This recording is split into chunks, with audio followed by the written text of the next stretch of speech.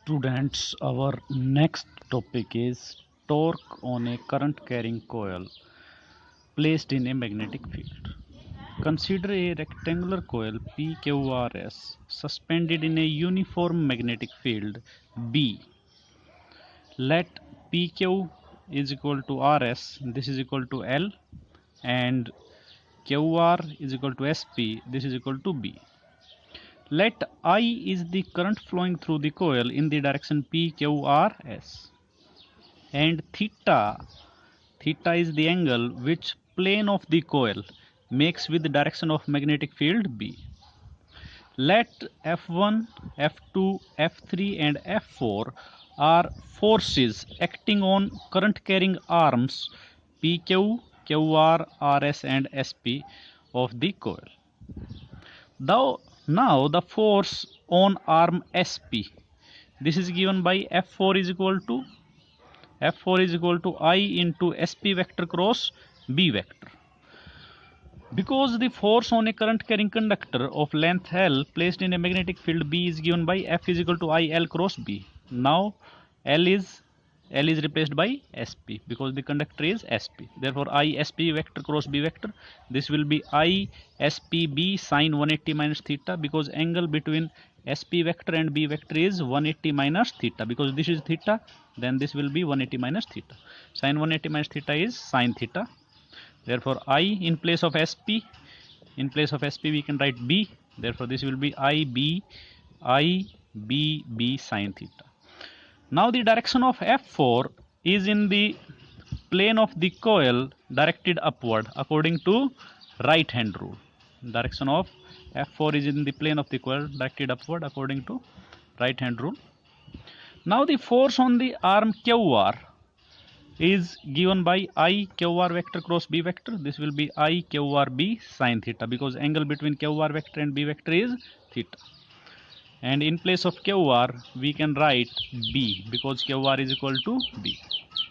This will be I B sine theta. Direction of this force according to right hand rule is in the plane of the coil directed downward. F2 will be along this. Therefore, since the forces F2 and F4 they are equal, these are F2 and F4, these are equal, and they are acting in opposite directions. Therefore they cancel each other effect, that is their resultant effect is 0. Now the force on the arm PQ will be F1 is equal to I PQ vector cross B vector. This will be I PQ B sine 90, because angle between PQ vector and B vector is 90 degree. Since sine 90 is 1, therefore this will be I PQ into B into 1. Now in place of PQ we can write L. This will be ILB. According to Fleming left hand rule, the direction of this force F1, according to Fleming left hand rule, the direction of force F1 is perpendicular to the plane of the coil directed upwards. Now the force on the arm RS, this will be F3 vector is equal to I RS vector cross B vector. This will be I RS B sine 90, because angle between RS vector and B vector is again 90 degree. Therefore this will be sine 90 is 1, this will be ILB. According to Fleming left hand rule, the direction of this force is perpendicular to the plane of the coil directed downward. Therefore, since we see that F1 and F3 they are equal in magnitude and they are acting in parallel directions in opposite, they are acting parallel to each other in opposite direction. F1 and F3 they are equal in magnitude, acting along parallel lines in opposite directions. Therefore they form a couple which tend to rotate the coil anti-clockwise about the dotted line as axis. Now the torque on the coil, this is torque on the coil is equal to moment of couple. Torque on the coil is equal to moment of couple. This is given by either force into arm of couple.